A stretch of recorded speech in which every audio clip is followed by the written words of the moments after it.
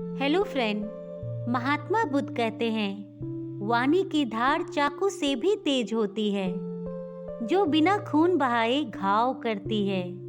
एक विचारहीन मनुष्य की प्यास अमर बेल की तरह बढ़ती है।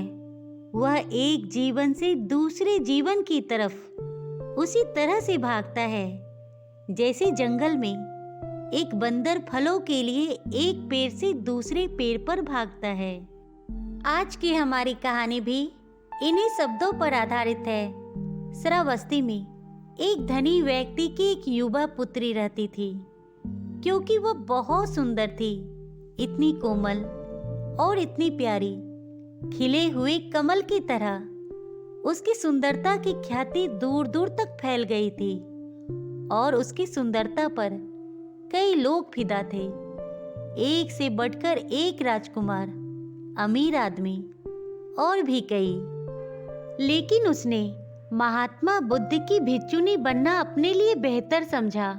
इसके लिए उसने बुद्ध के बताए रास्ते पर चलने की ठानी। आगे चलकर वह महात्मा बुद्ध के भिक्षुनियों के संग में शामिल हो गई। एक दिन वह भिक्षा मांगने एक गांव में गई, लेकिन गांव के कुछ पुरुष उसे बुरी नजर से देख रहे थे। वो 2-3 घर भिक्षा मांगने के बाद गांव के बाहर निकल गई और दूसरे गांव के रास्ते पर चल पड़ी।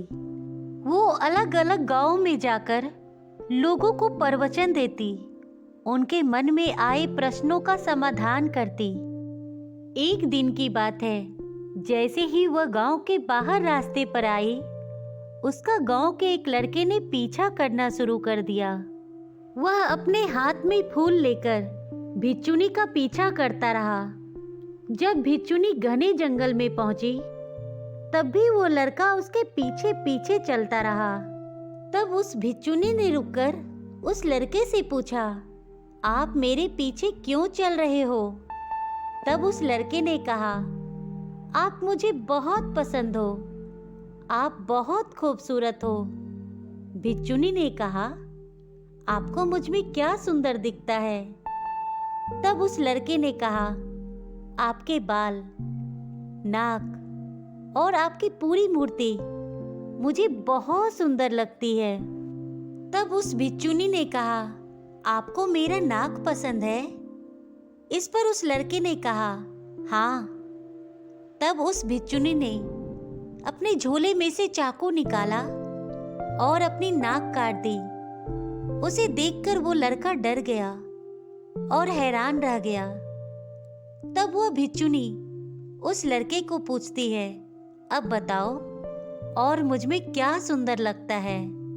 क्या अभी भी मैं तुम्हें सुंदर लगती हूँ?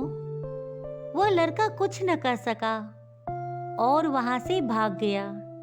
आज बुद्ध के इतिहास में वह भिक्षुनी अजर और अमर हो गई। उसके उदाहरण पूरी दुनिया में दिए जाते हैं। थाईलैंड में तो इस भिक्षुनी की विहार और मूर्तियां भी बनवाई गई है। इसलिए महात्मा बुद्ध कहते हैं, जिसने खुद पर नियंत्रण पा लिया, उसकी जीत को देवता भी हार में नहीं बदल सकते। एक क्षण एक दिन को बदल सकता है, एक दिन एक जीवन को बदल सकता है और एक जीवन पूरे विश्व को बदल सकता है। अपना रास्ता स्वयं बनाएं, क्योंकि हम अकेले पैदा होते हैं और अकेले ही मृत्यु को प्राप्त होते हैं। इसलिए हमारे अलावा कोई और हमारी किस्मत का फैसला नहीं कर सकता। तो फ्रेंड, आपको हमारी ये कहानी कैसी लगी? प्लीज कमेंट में जरूर बताइएगा। हमेशा खुश रहना दोस्तों। ख्याल रखना अपना और अपने परिवार का। Please like and subscribe my channel. Thank you.